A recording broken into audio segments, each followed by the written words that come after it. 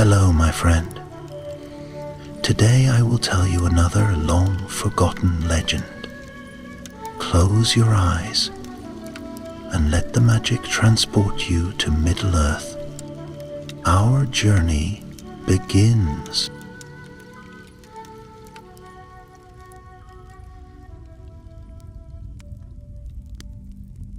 Long ago, before the great wars that shook the world and before even the white tree blossomed once again in Gondor, there was a small settlement upon the river Gelion.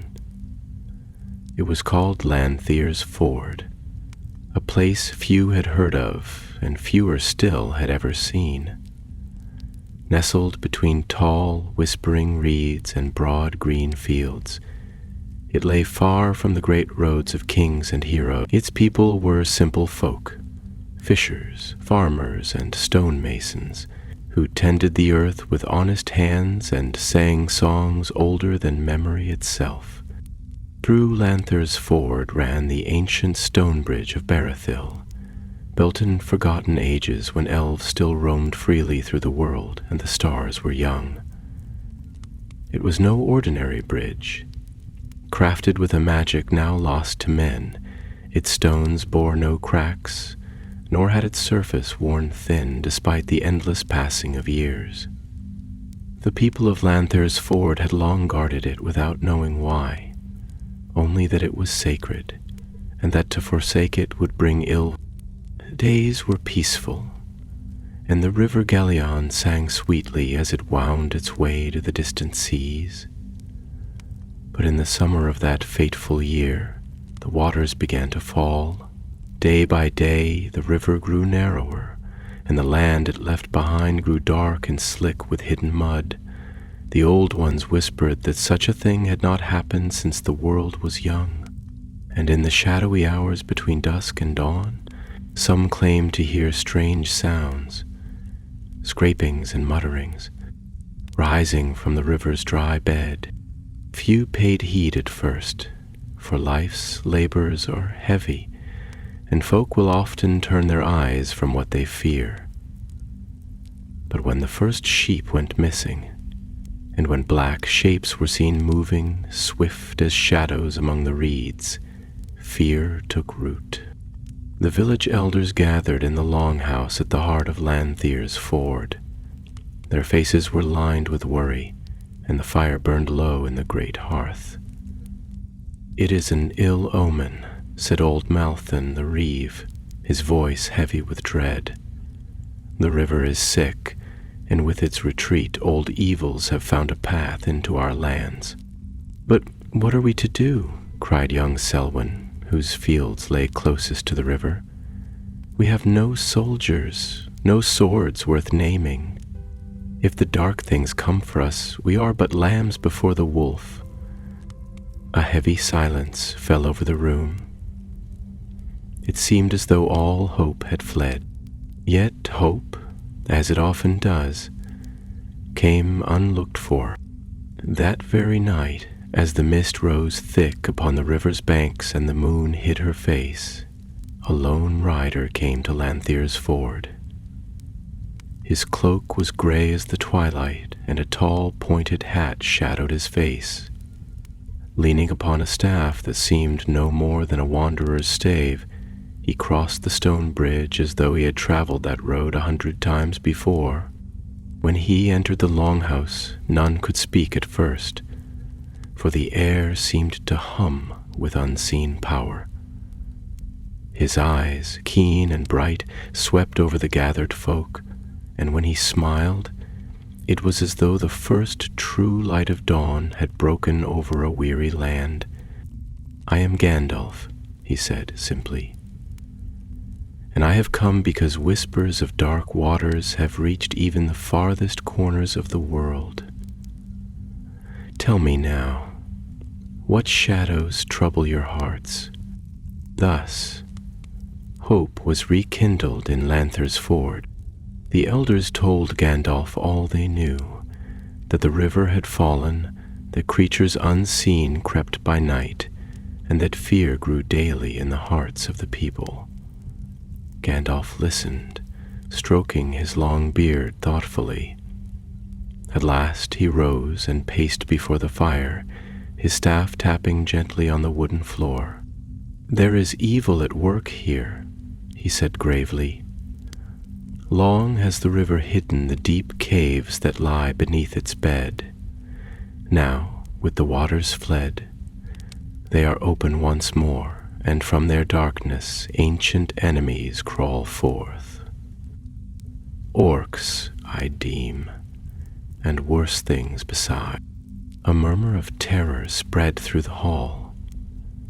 Few among the villagers had seen orcs, but tales of their cruelty were well known, passed down in fearful whispers from the elder days.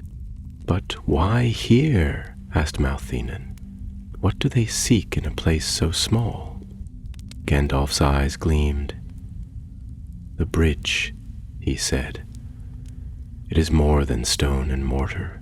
In ancient days it was laid down by the elves of Osiriand, and beneath it run old magics that even the dark lords of the world would fear to cross unchecked. If the enemy can claim it, they will have a stronghold from which to strike into the heart of Eriador." The meaning of this struck the villagers dumb. Their small, humble home had become the battleground of greater powers than they could comprehend. Seeing their fear, Gandalf spoke again, his voice now ringing with strength. "But hear me, the strength of the enemy is not yet full. If we stand fast, if we defend the bridge with all our might, we may yet prevail. Courage is our weapon, and in such hands even the smallest flame can banish the deepest darkness." A stirring went through the hall like the first warm breath of spring after a long winter. Men who had thought themselves no more than plowmen or fishermen straightened their backs. Women who had wept in fear now set their jaws with grim resolve. There, in that small hall by the river, an army was born, not of knights and lords, but of common folk who dared to hope. Gandalf wasted no time. He set the able-bodied to strengthening the bridge's defenses, piling stones, setting traps, and digging ditches. The wise women and the quick-fingered youth were set to fletching arrows and crafting slings. Even the children helped, carrying stones and water to the weary workers. For 3 days and 3 nights, they labored as the dark clouds thickened on the horizon. And on the 4th night, as the stars flickered like frightened candles and the mist rolled low over the riverbed, the drums began to beat. Far off at first, like the heartbeat of the world itself. Slow and steady, but growing louder with every passing hour, until the very ground seemed to tremble beneath their feet. The orcs were coming, and the battle of the dark waters was about to begin. Night had descended upon Lanther's Ford, thick and heavy as a shroud, and the moon hung low and sickly behind veils of cloud. Along the battered edge of the stone bridge, the villagers stood ready, their hearts hammering within their chests. At what weapons they had managed to fashion, spears hewn from cartwood, hunting bows strung taut with gut, and old swords brought down from mantles where they had long hung as relics of forgotten skirmishes. Gandalf moved among them like a spirit of ancient days, his grey cloak billowing in the restless wind, his staff burning with a faint bluish light to guide their eyes and steel their wavering courage. The drums beyond the riverbed throbbed louder now, no longer distant but near at hand, and with them came the sound of guttural cries, hoarse and fierce, as the enemy drew into sight. First mere shadows among the reeds, slinking low and swift, and then, as the last mists parted under the rising wind, the orcs came plainly into view. Scores upon scores of them, their twisted armor glinting blackly beneath the stars, their misshapen weapons clutched in clawed hands. They were not a great host compared to the armies of old, but against the humble folk of Lanthier's Ford they seemed as a sea of nightmare, born from the deepest pits of fear. Gandalf raised his staff high, and his voice rang out clear across the dark waters, a voice of command and of hope. "Stand fast, men of Lanthier's Ford. You guard more than your homes this night. You guard the light of the free peoples against the returning shadow." At his words a shout rose from the defenders, ragged but fierce, and it seemed to them that they were no longer simple farmers or fishermen, but the shield-bearers of a greater cause. Then the battle was joined. With a shriek that tore the night apart, the first wave of orcs rushed forward, their iron-shod feet splashing through the shallow, blackened waters. Arrows loosed from the bridge whistled down among them, felling many before they reached the causeway. Yet more came on, heedless of death, driven by some unseen will, deeper and darker than their own. They hurled crude javelins and stones, and their archers sent black-feathered shafts hissing through the air so that the defenders must crouch low behind hastily built parapets of stone and wood. Selwyn, young and fleet of foot, moved among the defenders, carrying fresh quivers of arrows and water to the thirsty bowmen. His hands bled from splinters and stone, but his face shone with fierce determination. Old Malthan stood near the center of the bridge, his broad shoulders firm as an oak's roots, wielding a great axe that had belonged to his forefathers in the elder days. And every stroke he made cleft through shield and bone alike. Beside him fought others, men and women together, a handful against a multitude, but none gave ground, for the bridge behind them was the heart of their world, and they would see it fall only over their dead bodies. Gandalf himself stood upon the bridge's highest arch, his staff ablaze with searing white flame, and wherever he turned his hand the orcs faltered, shrieking and clawing at their faces as though struck by unseen blows. Thunder rolled in the high heavens, though no storm had broken, and the river Gelion, sluggish and thin, seemed to groan beneath the weight of the dark powers stirring within the earth. Yet for all the defenders' valor and Gandalf's mighty aid, the orcs pressed on. Wave upon wave hurled themselves against the stone bridge, heedless of loss, and at times it seemed the line must break. More than once the enemy gained the foot of the bridge itself, scrambling up the slick stones with hooked hands and tearing at the defenders with mindless rage. In those moments, battle was joined hand to hand, and the clash of steel, the cries of pain, and the roar of desperate valor filled the night. At one such dire moment, a band of orcs wielding iron grapnels clambered onto the bridge's flank, seeking to pull down a portion of the wall and open the way for the horde. Gandalf, seeing the peril, strode forward through the press of men and beasts, his staff flashing in his right hand, Glamdring, his gleaming sword in his left. With a great cry that echoed from the riverbanks to the far-off hills, he struck the ground with his staff, and from the stone rose a white fire that scorched the grapnels to molten slag and sent the orcs reeling back into the dark waters, shrieking as they fell. Still they came. The night wore on, and the villagers' arms grew heavy, their quivers lighter, their strength nearly spent. Many bore wounds, some light, others grave, but none fell back, for behind them was their home, their families, and all they held dear. And above them all stood Gandalf, tireless and unbowed, a beacon of hope against the tide of despair. As the black hours deepened and the eastern sky showed no hint of dawn, Gandalf called Malthan and Selwyn to him. His face was grim, and his eyes burned with a strange light. "We cannot hold thus forever," he said. The enemy is driven by a will of malice and hatred deeper than mere orc cunning. I fear a greater shadow stirs beneath the river, a darkness that hungers for more than this bridge. What can we do?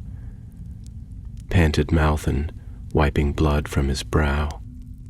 We must strike them where they are strongest, Gandalf answered. Their strength comes not from their numbers alone, but from the darkness within the caves that birthed them. If we can collapse the mouth of the caves and drive them into confusion, we may yet turn the tide. Selwyn's face paled, but he did not flinch. Tell us what must be done, he said, and Gandalf smiled, not with joy but with pride. You are brave, lad, he said, and I shall have need of that courage before this night is done. Thus, even as the battle raged on the bridge, a bold and desperate plan began to take shape. A plan to carry the fight into the enemy's lair itself, and to strike a blow that would shatter their will and save Lanther's Ford from the darkness rising from beneath the earth. Under Gandalf's swift command, Selwyn and a chosen few, young and fleet of foot, yet steady of heart, gathered near the bridge's end, hidden behind the broken stones of the river's old. The wizard spoke quickly, his voice low yet firm, for the orc host still pressed forward with undiminished fury, and even the briefest distraction might cost dearly. They were to slip through the shadows, circle wide about the battlefield, and come upon the mouth of the river caves from behind. There, using oil-soaked wood and bundles of pitch, they would ignite a fire mighty enough to choke the very throat of the caves, collapsing their entrance and cutting off the enemy's reinforcements. It was a desperate ploy, but in such dark hours, desperate deeds were often the last hope of the free peoples of Middle-earth. The company set out at once, moving silently along the river's broken edge, the mist cloaking their passage, though the black eyes of the orcs searched restlessly for prey. Gandalf remained behind, standing tall upon the stone bridge's arch, weaving spells of light and fire to hold the enemy's gaze upon him and blind them to the peril stealing towards their lair. The battle raged on in a tumult of cries and clashing iron, but through it all the small band pressed forward, hearts pounding with fear and a fierce, burning resolve. Selwyn led them, his face set and grim beneath the starlight. He thought of his father's fields lying dark beyond the hill, of his mother's hands baking bread at the hearth, and of the songs he had sung as a boy along the river banks. All this he bore in his heart as a shield against the terror that sought to unman him. Close behind him came Elric the smith's son, broad and silent, and Hara, fleet-footed and keen-eyed, along with 6 others chosen for their courage rather than their might. They moved like wraiths among the reeds, until at last they reached a low hollow where the river had once run deep, but now stood dry and fouled. There they saw it, the gaping maw of the caves, jagged and black, yawning wide beneath a cliff of broken stone. A foul stench rose from its depths, and the ground trembled faintly with the passing of unseen things below. Around its mouth lurked many orcs, grim and watchful, yet less than those who had been drawn into the main assault upon the bridge. The defenders of Lanthier's Ford were not warriors by birth, but what they lacked in arms they made up for in cunning, and they waited with patient silence, letting the enemy grow careless. With the swelling confidence of numbers, at Selwyn's signal they crept closer, setting their bundles of pitch and oil-soaked faggots among the rocks that overhung the cave's mouth. The work was slow, for the orcs milled near, and at any moment a cry might be raised to bring ruin upon them. Twice they froze, hearts hammering in their throats, as a patrol passed so close that they could smell the beast's foul breath, but fortune, or perhaps the will of higher powers, favored them, and they were not discovered. And when all was ready, Selwyn motioned to Elric, who struck flint to steel with shaking hands. Sparks flew, caught upon the oil-soaked cloth, and with a rush, flame blossomed like a living thing, leaping up the stones and racing towards the bundles laid deep within the rocks. For a moment there was silence, and then a roar like a dragon's breath filled the night, and the earth itself seemed to lurch. The cliff above the caves shuddered and groaned, and with a thunderous crash, the mouth of the cave collapsed inward, choking the passage with boulders and flame. A great cry of dismay rose from the orcs both near and far, for they were cut off from their lair and their hidden masters. Panic spread among them like wildfire, and their ordered ranks broke into confusion. Those nearest the bridge faltered, some turning to flee, others casting down their arms and howling in despair. Seizing the moment, Gandalf raised his staff high, and from its tip a light blazed forth like a shard of the sun, dazzling and terrible. "Now!" cried Gandalf, his voice a clarion call in the darkness. "Now, brave hearts of Lanther's Ford, strike for your homes, for your children, for all the free folk of Middle-earth." With a shout that shook the very stones of the bridge, the defenders surged forward, driving the disordered orcs before them. Spears flashed and arrows flew, and the clash of sword upon shield rang out anew, fiercer than before. Malton led the charge, his great axe hewing a path through the enemy ranks, while Gandalf strode at his side, Glamdring gleaming like a star fallen to earth. At the river's edge, Selwyn and his band returned, battered but alive, and they too fell upon the routed enemy with cries of triumph. The tide had turned. Orcs fled in droves, their spirit broken, casting aside arms and armor as they scrambled back into the blackness of the night, where Gandalf's light could not reach. Yet even as victory neared, Gandalf's brow furrowed with deepening concern, for he felt, as only those attuned to the unseen currents of the world could feel, that the true darkness had not yet been vanquished. A deeper malice stirred beneath the river and the stones, a will that had driven the orcs to this desperate assault, and which now, thwarted, gathered itself for one final blow. As the last of the orcs were driven into the mists, and silence fell upon the blood-streaked bridge, Gandalf stood still, listening with all the might of his spirit. Beneath the broken riverbed, hidden from mortal sight, something vast and ancient moved, a shadow older than the kingdoms of men, a hatred born before the first sunrise. His heart grew heavy, for he knew then that the battle of the dark waters was not yet fully won. He turned to the weary defenders, their faces lit with the first rays of a gray and troubled dawn, and spoke words that chilled the heart even amidst victory. "Take your rest if you can, but keep your weapons near," said Gandalf, "for the enemy we have faced this night was but the herald of a greater peril yet to come." Thus ended the first battle for the stone bridge of Barethil.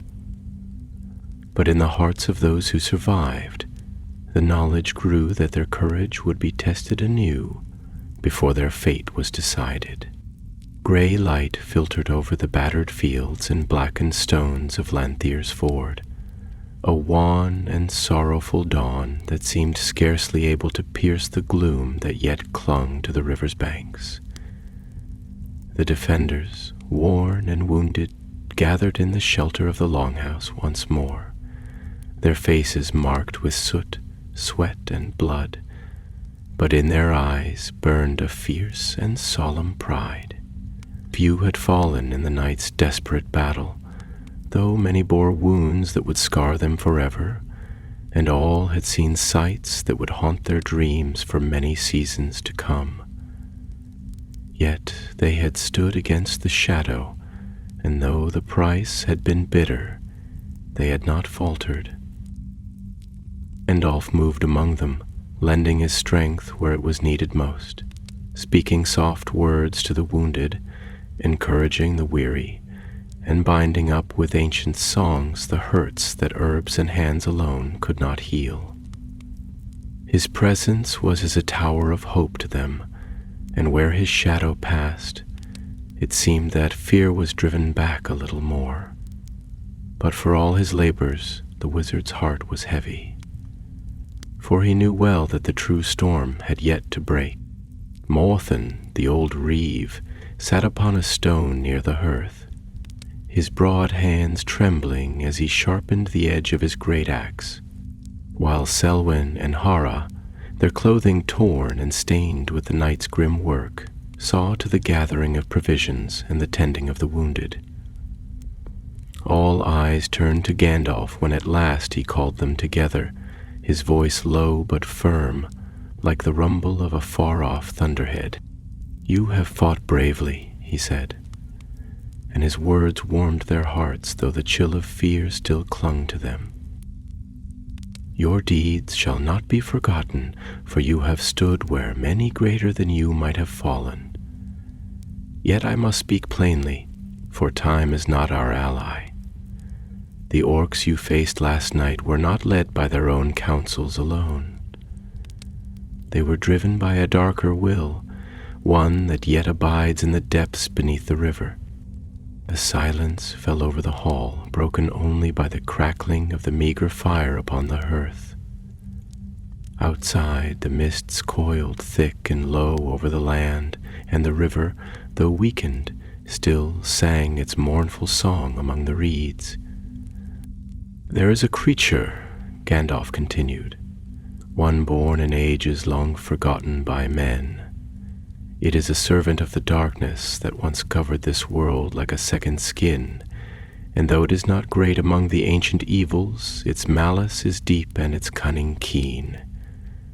It sleeps beneath the waters and the stones, and it has stirred once more, seeking to reclaim what little dominion it can over this land." "But what is it, Lord?" asked Selwyn, his voice steady, though his hand clutched the hilt of his blade until the knuckles showed white. Gandalf's gaze grew distant, as if he looked far away into shadows that none but he could see. In the elder tongue of the elves, it is called Gulroth, the shadow of the deep waters. It is a spirit of hunger and hate, drawn to places of old power, and it feeds upon fear and despair.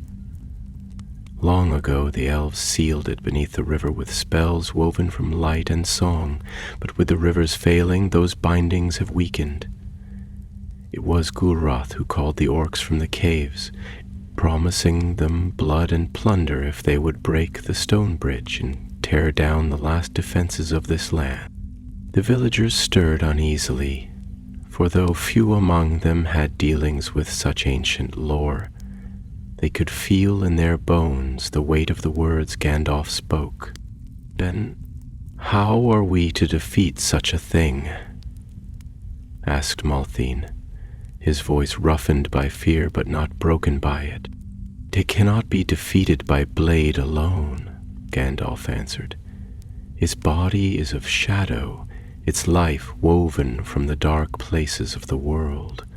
But there are still ways to bind it anew, to drive it back into slumber if we have the courage and the will."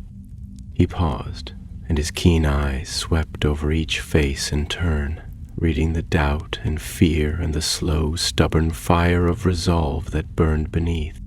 "I must descend into the riverbed," Gandalf said at last, "to the place where the heart of the bridge's power lies hidden. There I can weave a binding strong enough to hold Gulroth for another age of the world, if fortune favors us. But I cannot go alone, for the creature will resist with all its might, and its thralls may strike from the shadows. I will need guardians, those who will stand with me in the blackness and defend the circle of the spell while it is wrought." A deep and heavy silence followed his words, for each knew the peril that awaited beneath the earth. To face a host of orcs with spear and bow was fearsome enough, but to stand against a creature of shadow and ancient hate was a task that few would dare. Yet it was Selwyn who spoke first, stepping forward from the gathered folk, his shoulders straight and his voice clear. "I will go," he said. "If this thing seeks to drown our home in darkness, then I will face it, whether I live or die." Then Elric, son of the smith, rose also, and Hara beside him, and many others besides, men and women alike, for though they were weary and sorely wounded, the spirit of Lanther's Ford had been kindled into flame. They would not see their homes fall into ruin without standing to the last. A strange light came into Gandalf's eyes then, a glimmer of pride and of sorrow mingled, for he knew what price such valor might demand. Yet he nodded gravely and gave his blessing. "So be it," he said. "We march when the sun is at its highest, for light yet holds power over the shadows of the world. Prepare yourselves and hold fast to hope, for hope is the blade that pierces the darkness." Thus the defenders of Lanthier's Ford girded themselves once more for battle, not with the joy of warriors seeking glory, but with the quiet, grim courage of those who stand because there is no one else left to stand. And in the hearts of all, from the youngest to the oldest, grew the knowledge that what they faced was no longer a mere battle for their homes, but a battle for the very light of their lives. The sun, when it rose at last through the heavy clouds, was a pale and hollow thing, but it lent a frail strength to the weary and the brave. And so, under its failing light, Gandalf and his chosen companions made ready to descend into the depths where Gulroth, the shadow of the dark waters, stirred in restless. When the sun stood at its zenith, pale and veiled though it was behind tattered banners of cloud, Gandalf gathered the company upon the stone bridge.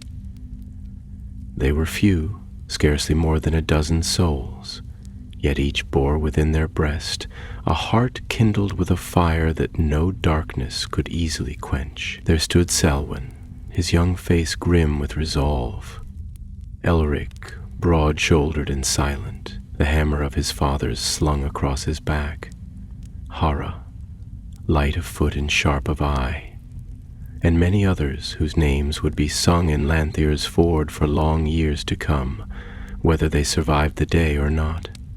They bore what arms they could, swords newly whetted, shields patched and hastily strengthened, and torches bound with pitch to hold back the night below. Gandalf himself was clad now not only in his grey cloak, but in a surcoat of fine mail, wrought in the elven lands of the west long ago, its bright links catching what little light there was and reflecting it like a net of stars. In his hand he held Glamdring, the foe hammer of Gondolin, and at his side hung a pouch filled with strange powders and herbs, tools of ancient craft and deeper power than the simple arts of war. His staff he bore still, and it shone now with a steady white radiance, though the light seemed somehow swallowed at its edges by the gloom that pressed down upon them all. They moved in silence, save for the soft clatter of arms and the low murmur of Gandalf's voice as he sang under his breath songs of warding and of courage. Down they went from the bridge, across the blackened riverbed where the stones were slick and treacherous, and into the great wound in the earth where once the river had run deep and full. The air grew colder as they descended, and the stench of decay and foulness rose up to meet them, a reek that spoke of long-forgotten death and things that had dwelt too long in darkness.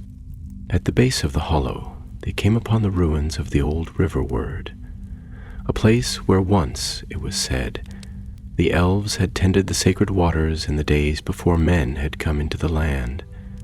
The stones were worn and broken, and the carvings upon them, of flowing water, of stars, and of lilies blooming by starlight, were marred and twisted by the slow, corrupting breath of evil. Here Gandalf halted, and with a sweep of his staff, he traced a circle upon the ground, scattering fine silver dust that caught the light and shimmered, as though each grain were a tiny sun. "This is the place," he said, his voice deep and resonant, carrying to every ear, though he spoke no louder than a man would speak to his dearest friend. "Here the binding must be wrought. While I weave the spell, you must stand guard, each at your appointed place, and let no creature, no shadow, no whisper pass beyond the circle's edge. For if the circle is broken, even by so much as a finger's breadth, the binding will fail, and Gulroth shall rise in his full strength." They took their places without hesitation, each at a point of the circle, torches held high and weapons ready. Their faces were pale, but their eyes shone with a light that no fear could dim. Gandalf knelt within the circle, setting before him a small basin of polished silver, filled with water taken from the last pure spring above the river's fall. Into this he cast herbs that smoked with a sweet and pungent scent, and as the smoke rose, it twined about him like a living thing, wrapping him in tendrils of shimmering gray. Then he began to chant, his voice rising and falling in a language older than the hills, a tongue in which the stars themselves had once been named. The sound of it stirred the very stones beneath their feet, and from the dark mouths of the caves beyond there came a low, answering rumble, as though some vast beast stirred in restless dreaming. The defenders stood fast, hearts pounding, every sense strained to the utmost. Out of the deep blackness beyond the ruins, shapes began to stir, things that crept and slithered, half seen, their eyes gleaming like coals in the murk. The torches cast wide circles of light, but beyond them the dark pressed close and thick, alive with unseen menace. Selwyn gripped his sword tighter, his mouth dry, but he did not flinch. He thought of his home, of the laughter of his sisters, of the smell of fresh bread baking in the hearth, and he set his heart like stone against the fear that gnawed at its edges. Without warning, the first of the creatures leapt from the shadows, a twisted thing, like a great spider, but with the face of a man twisted into a rictus of hate. Elric met it with a roar, his hammer crushing it to the ground before it could cross the circle. Then came more, black shapes with grasping claws and fangs dripping venom, born of the dark dreams of Gulroth, each more foul than the last. They hurled themselves against the defenders, shrieking and gibbering, and the air was filled with the clash of arms and the stench of blood and smoke. Time seemed to lose all meaning. Gandalf's voice rose higher, a beacon of sound against the howling dark, and the defenders fought as men in a dream, each blow and parry a thing of instinct and desperate need. Torches flared and sputtered, casting leaping shadows upon the broken stones, and the ground grew slick with black ichor. Again and again the creatures threw themselves at the circle, and each time they were hurled back by blade and flame, but the defenders were growing weary, and their strength, great though it was, could not last forever. Selwyn stumbled as a great bat-winged thing swooped down upon him, its claws raking his shield, but he drove his sword into its breast and cast it writhing to the earth. Beside him, Hara loosed arrow after arrow, her face set and pale as she drove back a tide of creeping, crawling horrors. Still Gandalf sang, his voice now a bright, unbreakable thread in the heart of the storm. The silver basin before him shone with an inner light, and the smoke that wreathed him thickened, shaping itself into forms of stars and flowing waters that danced and twisted in the air. Sweat poured from his brow, and his hands trembled with the strain, but he did not falter. At last, from the darkness beyond the ruins, there came a roar that shook the very ground, and a shape vast and terrible loomed into sight.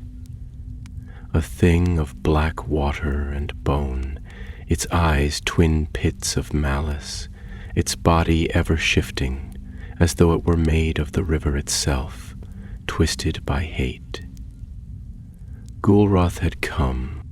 The defenders quailed before its might, for it towered above them like a mountain born of nightmare, and its very presence filled the air with a crushing weight of despair. But though their hearts faltered, their feet did not, and they stood their ground, torches blazing and blades ready. Gandalf rose to his full height within the circle, Glamdring burning with a cold, white flame in his hand. His chant rose to a mighty crescendo, and the light from the basin surged outward, forming a dome of brilliance that drove back the darkness even as Gulroth hurled itself forward in a fury of writhing blackness. The final battle had begun.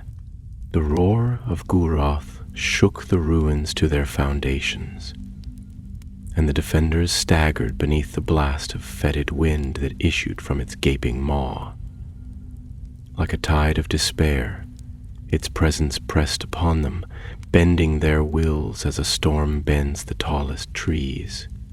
Many cried out in terror, and even the bravest among them felt the heavy hand of dread upon their hearts. Yet none fled, for Gandalf's voice, strong and pure as the song of the firstborn stars, rose ever higher, weaving a shield of sound and light about the circle where he stood.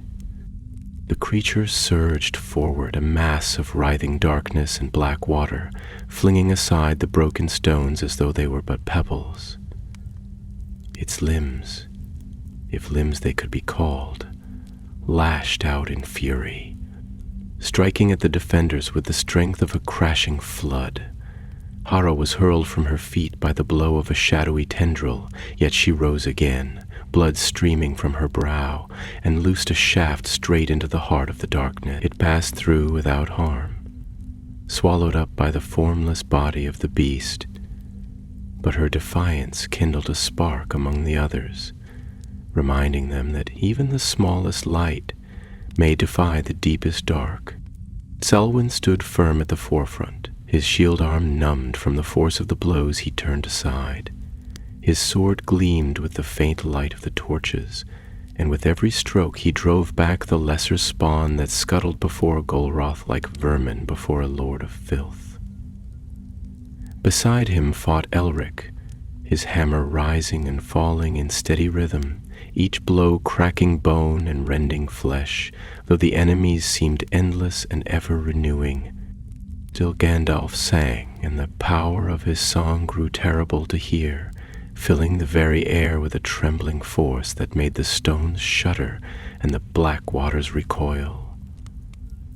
Upon the surface of the silver basin, images flickered and danced, stars wheeling in the heavens, rivers flowing pure and free, lilies blooming upon silver pools, all the things that the darkness sought to unmake and devour.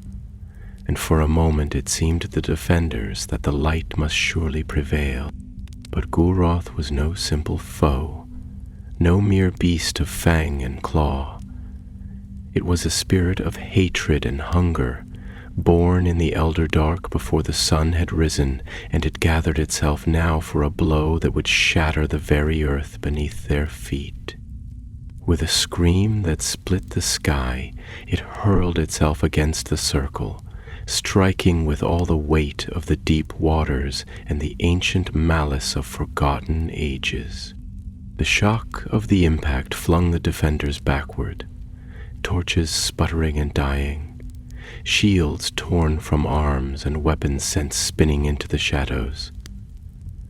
The circle of light faltered, wavering like a candle in a gale, and Gandalf staggered, his chant faltering for a heartbeat that seemed to stretch into eternity. In that moment, the darkness pressed inward, a wall of blackness seeking to drown the light and break the bindings that held it at bay. The defenders struggled to their feet, battered and bruised, their weapons lost or broken, yet they closed ranks once more, forming a living wall before Gandalf, each willing to spend their last breath to protect the wizard and the hope he carried. Selwyn, dazed and bleeding from a gash upon his temple, seized a fallen torch and thrust it high, its flickering flame a beacon against the creeping night. He stood alone at the breach where the circle had been torn, his body a frail bulwark against the surging dark. And with a cry that was part defiance, part prayer, he drove the torch into the seething mass of Gulraw. The creature recoiled, shrieking in a voice that echoed with the agony of 1,000 lost souls. Where the flame touched, its form shrank and withered, black waters hissing into steam, shadows curling inward upon themselves. Gandalf seized the moment, his voice rising once more in a chant that burned with the fire of the Valar themselves. And from the basin leapt a great light, pure and unbreakable, that swept outward in a wave of searing brilliance. The light struck Gulrath full upon its writhing form, and the creature screamed, a sound of such fury and despair that the very stars seemed to tremble in their courses.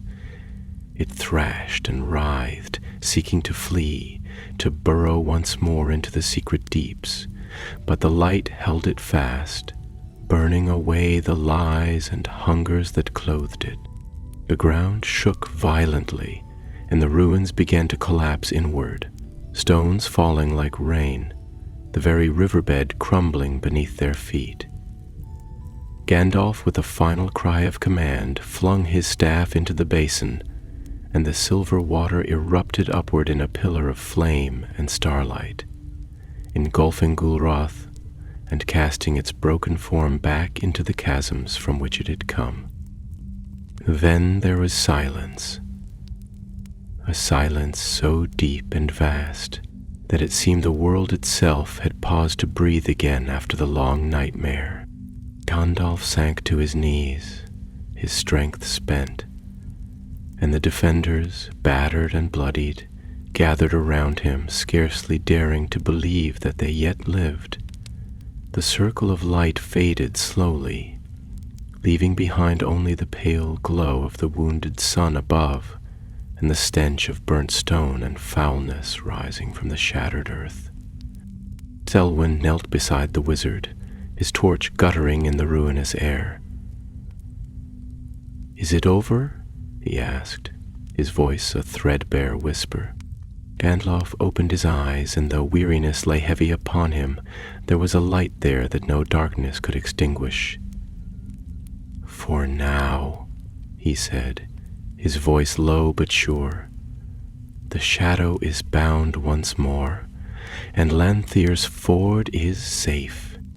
At those words a great weight lifted from the hearts of all who heard, and they wept, not with sorrow, but with a fierce, wild joy, as prisoners might weep upon seeing the first light of dawn after a long captivity. They embraced one another, laughing and crying by turns, and even Gandalf smiled, though his face was lined with deep weariness. The ruins of the riverward lay broken and silent around them, the ground scarred and blackened, yet already the first stirrings of life could be felt. The whisper of water trickling through new-formed rills, the faint scent of clean earth rising through the smoke. Hope, fragile and battered, had not been extinguished.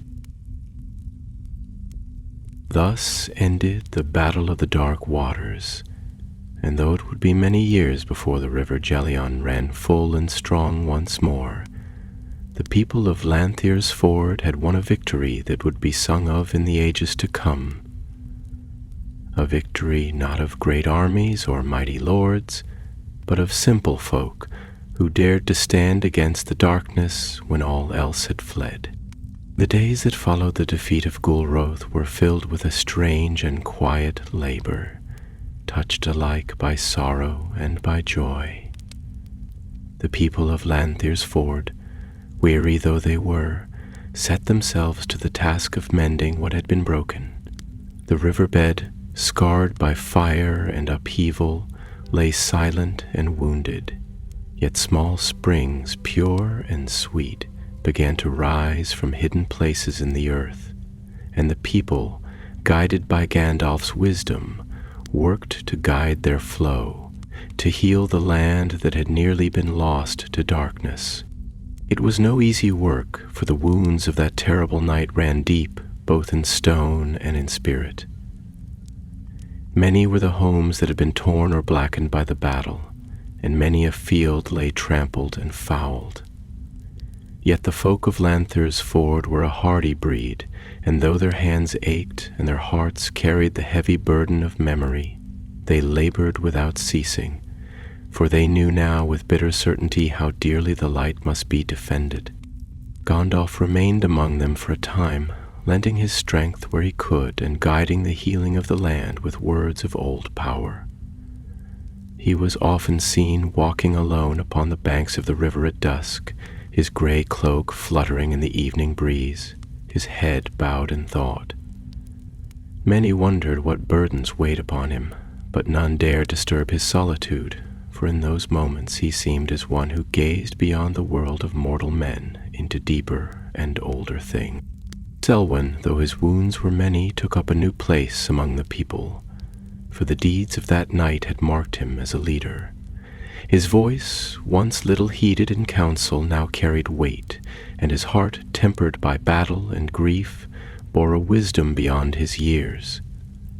Often he would sit with the children of the village, telling them of the stars and of the rivers, teaching them to remember not only the horrors they had faced, but the beauty that was yet to be cherished and defended. Aelric, whose hammer had broken the limbs of many dark things, returned to the forge of his father, where he reforged the broken blades and tools of the village, singing as he worked songs of old battles and brighter days to come. And Hara, keen-eyed and swift, led the hunters into the wilds, seeking out the last remnants of the darkness that had fled before Gandalf's light, lest any seed of evil should be left to grow anew. As the days passed and the river grew clearer and stronger, a change came over Lanthier's Ford. No longer did fear haunt the hearts of its people, nor did despair darken their dreams. They had seen the shadow had stood against it, and in that standing they had found a strength deeper than any they had known. Their songs, once soft and wistful, now rang bold and bright through the fields and along the river banks, and their laughter carried upon the wind, mingling with the song of the water. Yet Gandalf knew that his time among them must soon end, for the road stretched ever onward before him, and the world beyond Lanthier's Ford stirred with troubles yet greater than those faced beneath the dark waters. On a morning wrapped in golden mist, when the sun was but a pale disk above the eastern hills, he gathered the people before the longhouse, and there he spoke to them for the last time. "You have done deeds that shall be remembered in the songs of the wise," he said, and his voice, though weary, held a pride deep and true. You stood against the darkness, not with swords of great renown or shields borne by kings, but with the courage of your hearts and the steadfastness of your spirits. Such strength is rarer than the gold of the dwarves or the wisdom of the elves, and it shall endure long after towers have crumbled and kingdoms have fallen into dust. Then he turned to Selwyn and laid a hand upon his shoulder, and the young man felt a warmth pass into him, a blessing of courage and hope that would not fade with the years. "Guard this place well," Gandalf said, "for though the great shadows of the world may pass far from your borders, darkness is ever watchful, and it is in the quiet places that the first seeds of evil often take root. Teach your children to love the light, to cherish the beauty of the world, and to stand against despair, and you shall leave a legacy brighter than any king's crown." With those words, he turned from them, and leaning upon his staff, he walked out from Lanthier's ford, his figure soon lost amid the golden mist. Many stood long upon the road, gazing after him, until the last glimmer of his grey cloak was swallowed by the hills.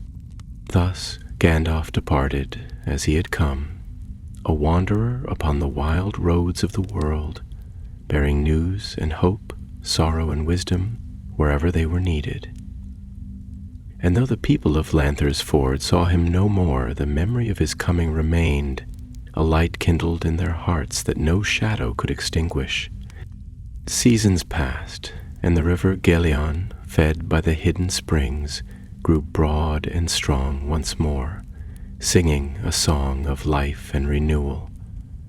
The fields blossomed anew, and the children grew tall and bold, their laughter a living testament to the courage of those who had stood upon the stone bridge in the hour of deepest peril.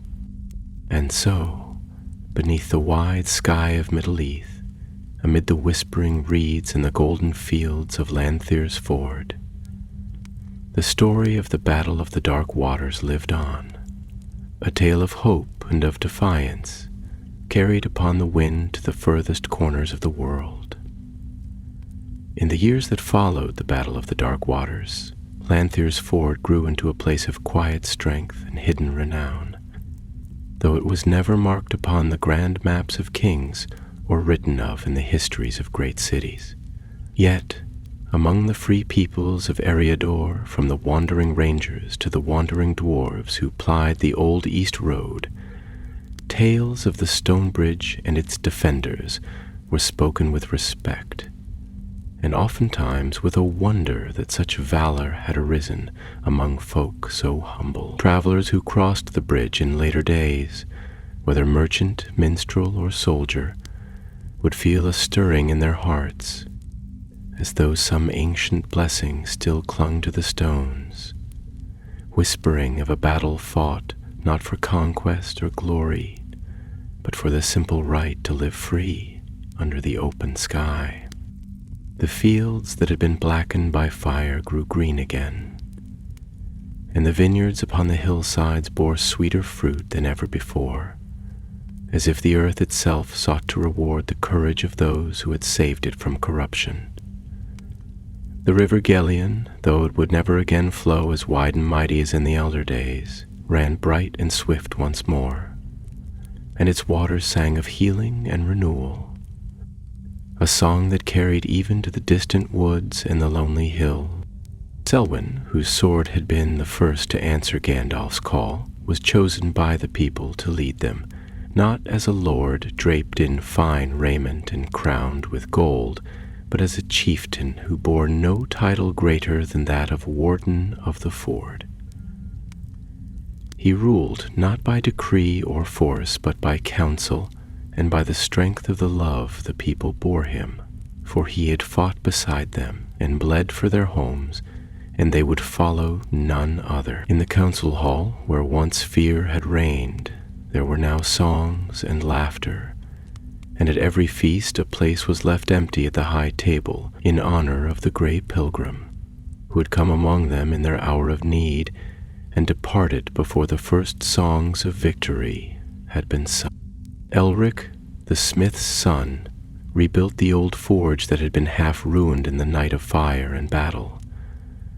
From that place he wrought not only plowshares and horseshoes, but blades and buckles of rare strength and beauty, forged with the memory of darkness and the light that had overcome it. It was said by some that the weapons he forged bore a blessing against shadow, for none who carried them into battle would ever flee before the enemy, and many a wandering knight or ranger would make the long journey to Lanthir's Ford to seek the work of Elric's hand.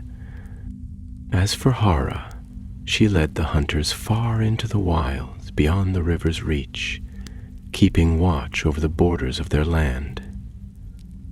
Her keen eyes saw signs that others would have missed: the faint print of a goblin's foot, the broken twig that spoke of unseen movement. And more than once her warning cry saved the village from raiders and beasts that might otherwise have wrought ruin. Though she laughed little and often sat alone by the fire, there was a warmth in her heart that none could doubt, and the children of the village would follow her on her rounds, learning from her the ways of the woods and the secret paths of the hills. Yet even in peace, the memory of what had been endured was not forgotten. Upon the highest point of the stone bridge, where Gandalf had stood in the hour of the great assault, the people raised a cairn of white stones, each carried by hand from the fields and hills about, and upon it they set a simple plaque of bronze, engraved with words that Selwyn himself had spoken. In the darkest hour, the light endured. There was no need to name the battle, nor the enemy, nor the heroes who had stood against it, for all who lived in Lanthir's Ford knew the tale, and they taught it to their children and their children's children, so that the courage of that night would not be forgotten, even when all other memories had faded. And still, at times when the river mist rose thick upon the fields and the reeds whispered in the twilight breeze, the people would say that they saw a figure in gray standing upon the bridge, leaning on a staff that shone faintly with its own light. Some said it was but a trick of the mist, or the longing of hearts that remembered the gray wanderer's coming. Yet those who had known Gandalf in truth, who had seen the fire in his eyes and heard the music of his voice, believed otherwise. They believed that he returned, unseen, to watch over them in the quiet hours of the night, guarding the bridge and the river and the land he had helped to save. So, the seasons turned, and the world outside Lanthir's Ford grew ever darker, as whispers of war and shadow came out of the east and the south, rumors carried by weary travelers and broken soldiers. Great kings rose and fell, cities were besieged and kingdoms laid waste, and the great and terrible war that would one day be called the War of the Ring stirred faintly in the dreams of men and elves and dwarves alike. Yet Lanthir's Ford endured, a small, bright flame against the coming storm, a place where the memory of courage and sacrifice still lived, and where the light was cherished above all other treasures, for it had been bought dearly, and those who had paid the price had not paid it in vain. And so it was that in the hidden corners of Middle-earth, where the great powers seldom trod, the spirit of resistance, of hope, and of quiet heroism endured, woven into the fabric of the world like threads of silver and gold, unseen by most but unbreakable, and more precious than the crowns of kings. Thus the tale of Gandalf and the Battle of the Dark Waters passed into legend among the simple folk of Lanthir's Ford, and it remained a beacon for those who would come after, a reminder that even the smallest hands, if guided by courage and steadfastness, could hold the fate of the world within their grasp. As the years drew onward, and the shadow that brooded in the east grew bolder, Llanthir's Ford remained as it had always been, a place of quiet courage and simple joy. Yet beneath the calm surface the memory of the dark waters lingered, like an old scar upon the land, not aching with every passing day, but never wholly forgotten. Selwyn grew into a man of great wisdom and temperate counsel, and though the golden hue of his hair silvered with the passing of time, the fire that Gandalf had kindled in him did not dim. When strangers passed through the village, weary and bowed by the hardships of the wider world, he welcomed them with fair words and honest hospitality, but ever his keen gaze weighed them as a master mason tests each stone, seeking cracks and hidden flaws. Elric's fame spread further than any among his folk would have thought possible, for blades and mail from his forge found their way into the hands of the wandering rangers who kept the wild places, and into the strongholds of hidden kings who ruled not by open banners, but by secret strength. It was whispered even among the wise that one of his blades found its way into the north, to the hand of a chieftain of the Dunedain, though the tale was never confirmed, and Elric himself would only smile and turn back to his anvil when asked. Hara's name too became one of quiet renown, for under her watchful eye, Llanthir's Ford remained untouched by the creeping fingers of the darkness that spread elsewhere. Many times she would disappear into the hills for days without word, returning with tidings of things unseen by others. A party of goblins moving stealthily through the woods, a warg spoor in the marshes, or the flicker of firelight from some hidden encampment of unsavory men. Through her vigilance, danger was turned aside time and again, and those who lived within sight of the stone bridge learned to sleep in peace, knowing that the hills had eyes friendly to them.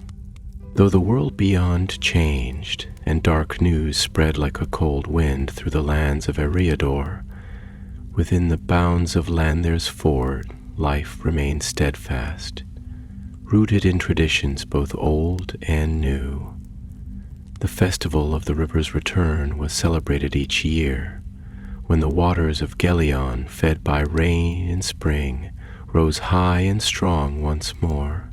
On that day, garlands of blue flowers were woven and cast into the river, and songs were sung upon the stone bridge, songs of gratitude and remembrance for those who had fought and bled to preserve the light. Among the children born after the great battle, the stories of Gandalf and the Battle of the Dark Waters were more than mere tales to hasten sleep. They were part of the living fabric of their world. By firelight and under the boughs of the old willow tree by the river bank, they listened wide-eyed to the recounting of that terrible night. The roar of the drums, the charge of the orcs, the shining of Gandalf's staff, and the final, blinding light that had cast down the ancient evil. Selwyn himself would sometimes sit with them, his voice low and measured, recounting not only the glories, but the fears, the doubts, the pain of loss, teaching them that true courage is not the absence of fear, but the mastery of it, and that the smallest act of hope could shine brighter than the greatest sword. Thus the spirit of Llanthir's Ford endured, rooted not in pride or arrogance, but in humility, gratitude, and the quiet knowledge that light, once defended with such cost, must be tended always with care and vigilance. It was in the 20th year after the Battle of the Dark Waters, in the spring when the fields were green and heavy with new growth, that a strange company came to Llanthir's Ford. They were few in number, cloaked and hooded, their faces shadowed and their words few, but there was a grace in their bearing and a weight in their silence that marked them as no ordinary wanderers. At their head rode a tall figure clad in gray, whose presence stirred and echoed deep in the hearts of those who remembered. Selwyn, standing upon the stone bridge to greet them, felt a stirring in his soul, as though a door long closed had been opened once more. When the figure drew near and cast back his hood, the villagers gasped, for though time seemed to have weighed little upon him, and his eyes yet shone with that same fire, it was Gandalf the Grey who had returned. He smiled, a weary but warm smile, and greeted Selwyn by name, his voice no less bright than when it had first kindled hope in that dark hour long ago. And though he spoke little of his journeys or the heavy burdens that lay upon him, he stayed for a time among the folk he had once saved, resting and remembering, as one might return to an old and beloved home before venturing once more into storm and peril.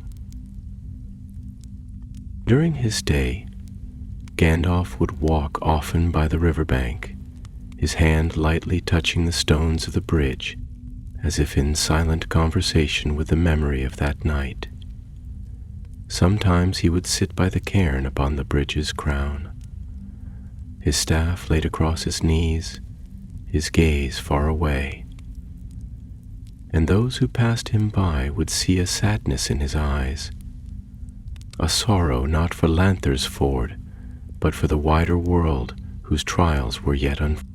For even as peace held in that small corner of Middle-earth, Gandalf knew, as few others did, that a darkness greater than Gulroth was stirring once more, gathering its strength in secret places, preparing for a war that would rend the very bones of the world.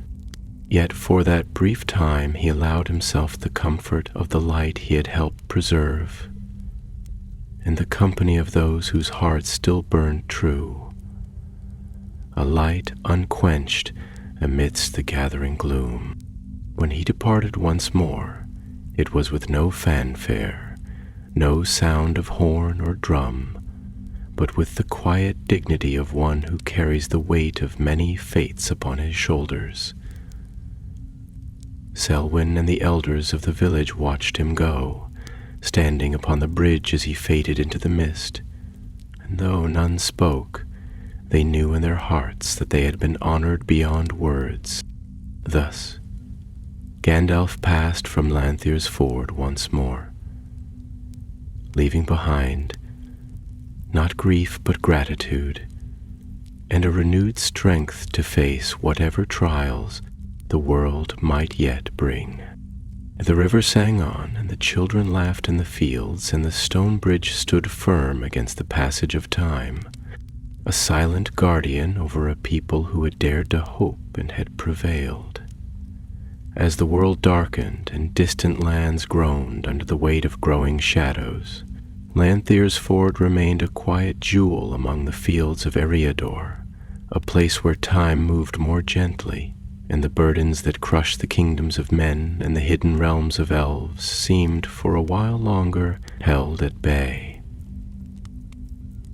Yet even here the winds of change could not be wholly turned aside, and whispers of great wars and terrible deeds reached their ears upon the mouths of weary travelers who spoke with guarded tongues of battles fought beyond the misty mountains, of towers besieged and kings fallen into despair.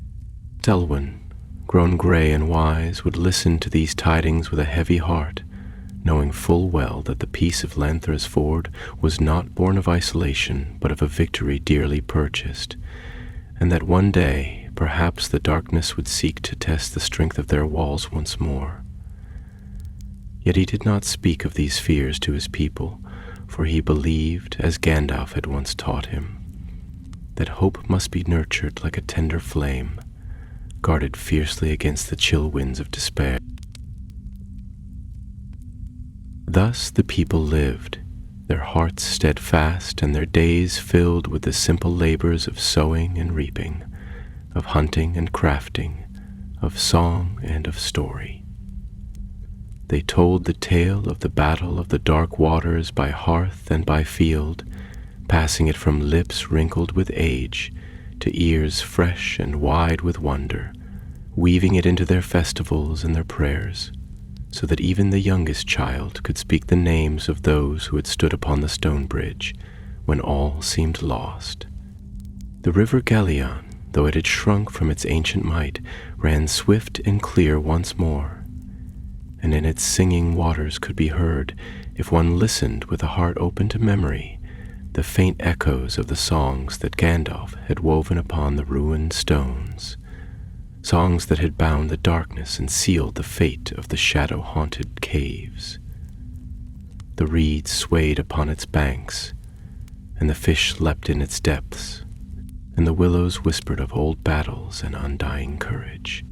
In time, Elric laid down his hammer, his great shoulders bowed not by defeat, but by the simple weariness of a life spent in labor and service.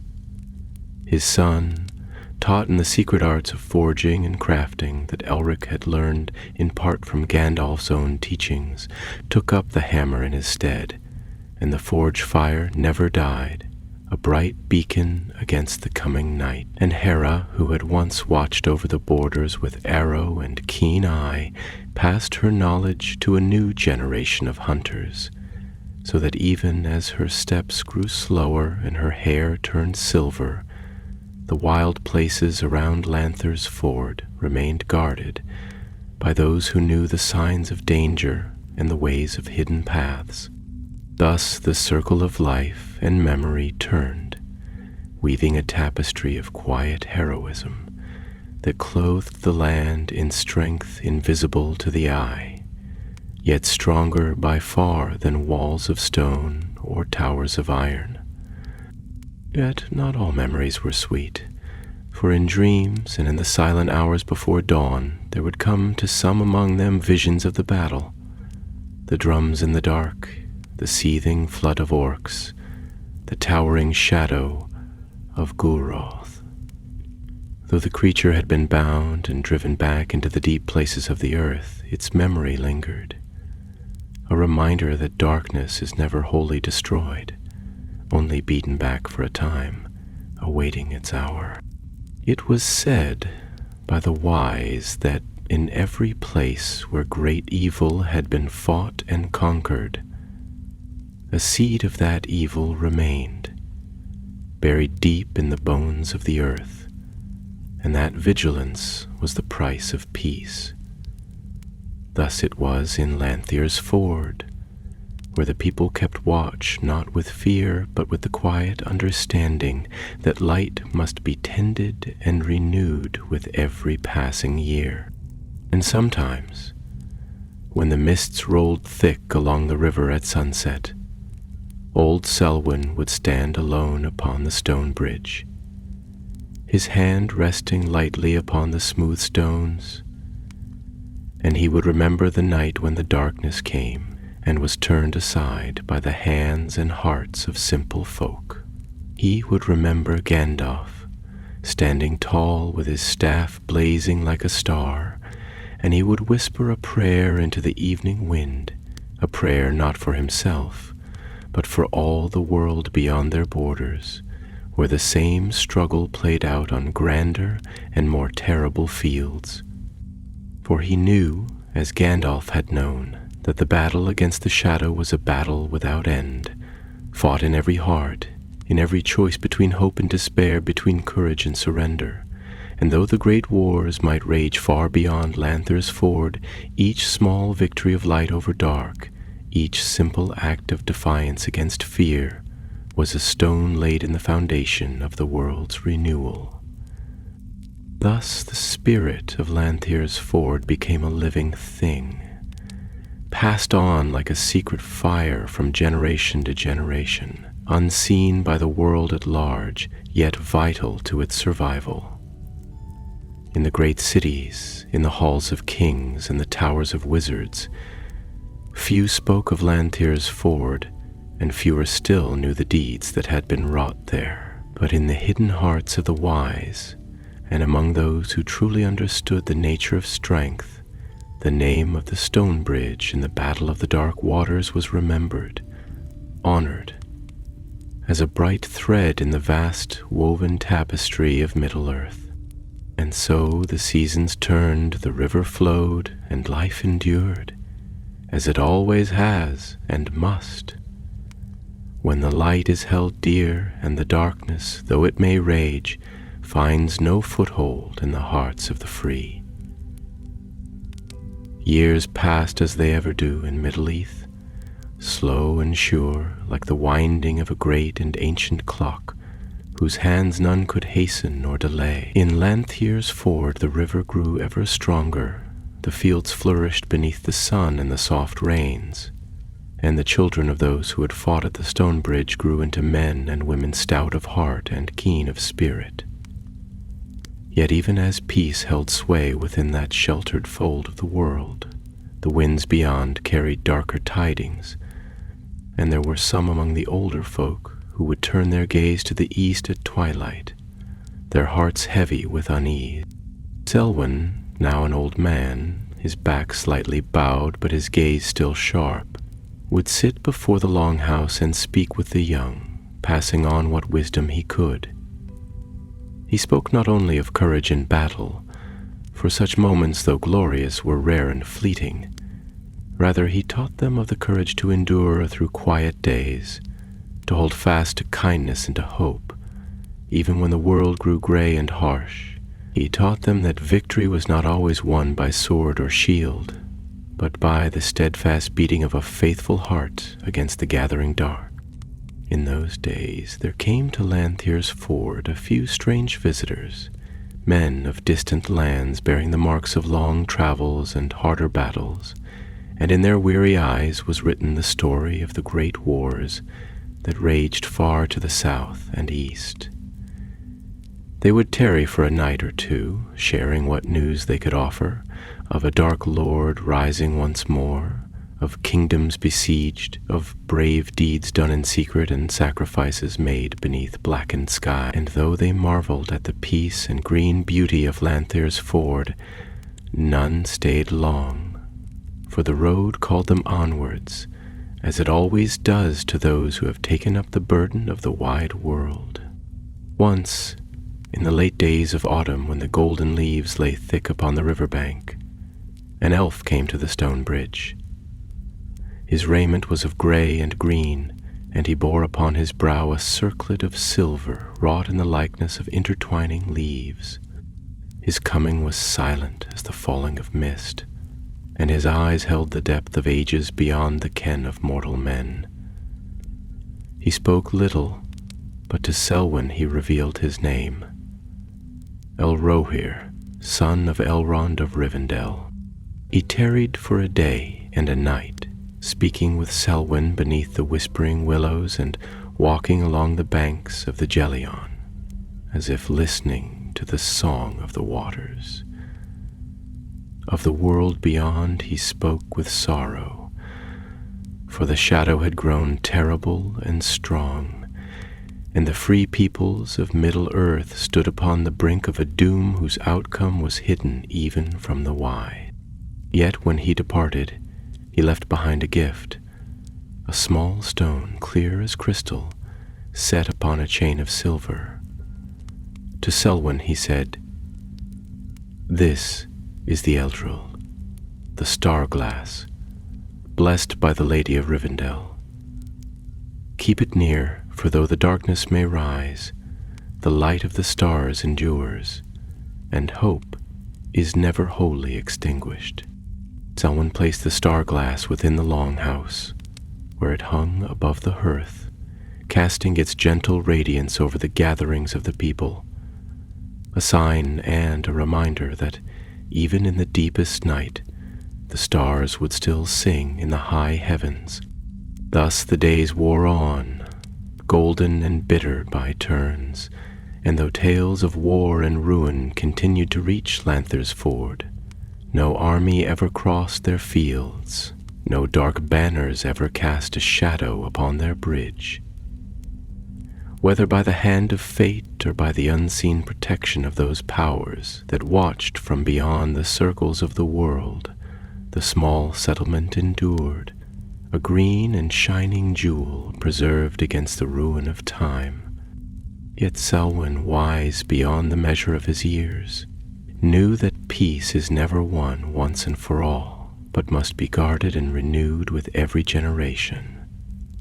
And so he instructed the young to learn the songs of old, to keep alive the memory of the battle of the dark waters, to honor the courage of those who had fought before them, and to be ready, should the day ever come when darkness crept again across the fields and the river's song faltered. In the spring of his 95th year, Selwyn passed from the world of men, not in battle nor in bitterness, but quietly, as a river slips into the sea, his hand resting upon the stones of the bridge he had sworn to protect. The people mourned him with deep and lasting sorrow, for he had been more than a leader. He had been the heart of Lanthier's Ford, the living memory of all that had been fought for and won. For the bridge they raised another stone beside the first, plain and unadorned, bearing only these words: Selwyn, Warden of the Stone Bridge, Keeper of the Light. There was no need for more, for all who crossed the bridge from that day until the end of the age could feel the spirit of the place, could hear in the whisper of the river and the sigh of the reeds the echo of a steadfast heart that had held back the darkness.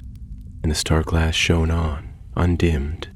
Thus the legacy of Gandalf's coming and the courage of the folk of Lanthier's Ford was preserved, not in grand tomes or in the annals of kings, but in the living hearts of those who remembered and honored the light, even as the great tides of history surged and receded far beyond their quiet fields. For in Middle-earth, it is not always the proud and mighty who shape the fate of the world, but often the humble and the forgotten, who, by their steadfastness and love of the good and the simple, hold the line against despair and keep alive the flame of hope when all else seems lost. And so it was in Lanthier's Ford, until the end of the Third Age and beyond. In the long years that followed, as the world changed and the Third Age passed into the songs and memories of the wise, the name of Lanthier's Ford faded from the knowledge of kings and lords, and the maps of men grew heavy with the names of other places, of newer cities and greater battles. Yet among the simple folk who tilled the earth and fished the river, the memory endured, not as a boastful tale, but as a quiet truth, woven into the fabric of their lives as surely as the stones of the stone bridge lay woven into the river's path. The descendants of Selwyn and Elric and Harla lived and died beneath the watchful gaze of the stars and the steady song of the Gelion. They taught their children to respect the river, to honor the bridge, and to gather each spring beneath the cairn to lay down garlands of lilies and sing the old songs. They told by firelight the story of how, when the riverbed lay cracked and blackened, and the stars hid their faces in fear, the people of Lanthier's Ford had stood against a darkness that sought to devour not only their homes, but the very light from their lives. So too did they remember Gandalf the Grey, though few now knew from whence he had truly come, or what greater purposes had driven him to their aid. To them he was as a figure from legend, a bringer of fire and wisdom, who had passed through their lives as swiftly and mysteriously as the falling of a star. And though his name was spoken less often with each passing generation, the virtues he had kindled, courage, humility, steadfastness remained, living on in the hearts of the folk of Lanthier's Ford. The star-glass, the elder rill, remained ever bright above the hearth in the longhouse, and though the storms of the world battered against the hills and the tides of time wore down even the mountains, its light never faltered. It shone through the gray mists of sorrow, through the heavy rains of loss, through the quiet winters of weariness, a small but unyielding flame, much like the hearts of those who had borne it. There came a time long after the passing of the ring into fire and the sailing of the elves into the west, when a wanderer from distant lands, a man cloaked in green and gray, with a face weathered by many years of road and war, came upon the stone bridge. He paused, gazing with wonder at the ancient cairn and the two stones set atop it, their inscriptions weathered but still legible to one who had the patience to look closely. He crossed the bridge slowly, feeling beneath his feet the smooth stones worn by countless generations. And on the far side he stood a long time listening to the river's song. And though he had walked in many lands and heard the voices of many rivers, it seemed to him that this river sang a song of hope woven with sorrow, yet stronger than either, a song that spoke not of mighty battles or crowns won and lost, but of a steadfastness that neither war nor time could unmake. When he spoke at last, it was with a voice softened by awe. Here was light preserved, though the world darkened. Here the free hearts of Middle-earth stood, though no banners flew above them, and no songs were sung in their honor beyond these fields. And so he stayed for a time among the folk of Lanthier's Ford, learning their ways and hearing from their lips the stories that lived in their blood. When he departed, he bore with him a memory bright and pure. And in distant halls and among hidden gatherings, he would tell of the stone bridge and the battle of the dark waters, ensuring that though the river might forget, though the hills might crumble, the story would live on in the hearts of those who yet cherished the light. Thus it was that a small settlement by a forgotten river, guarded by no walls, defended by no armies, passed into the true lore of Middle-earth, a hidden, shining gem, polished by courage and remembrance, lying quietly amid the gathering twilight of the world. And though the names might fade from the tongues of men, and though the stones themselves might one day sink into the river's bed, yet the spirit of Lanthier's Ford would endure. It would endure in every act of courage unseen, in every kindness offered without hope of reward, in every choice to stand, however hopeless the odds, against the creeping dark. For as Gandalf himself had once known, and as the people of Lanthier's Ford had lived, the true power of the world was not in the thrones of kings, nor in the vaults of the mighty, but in the hearts of those who, in the darkest hour, yet dared to kindle a light. And that light, though flickering and frail, would shine on, undying, until the end of all days.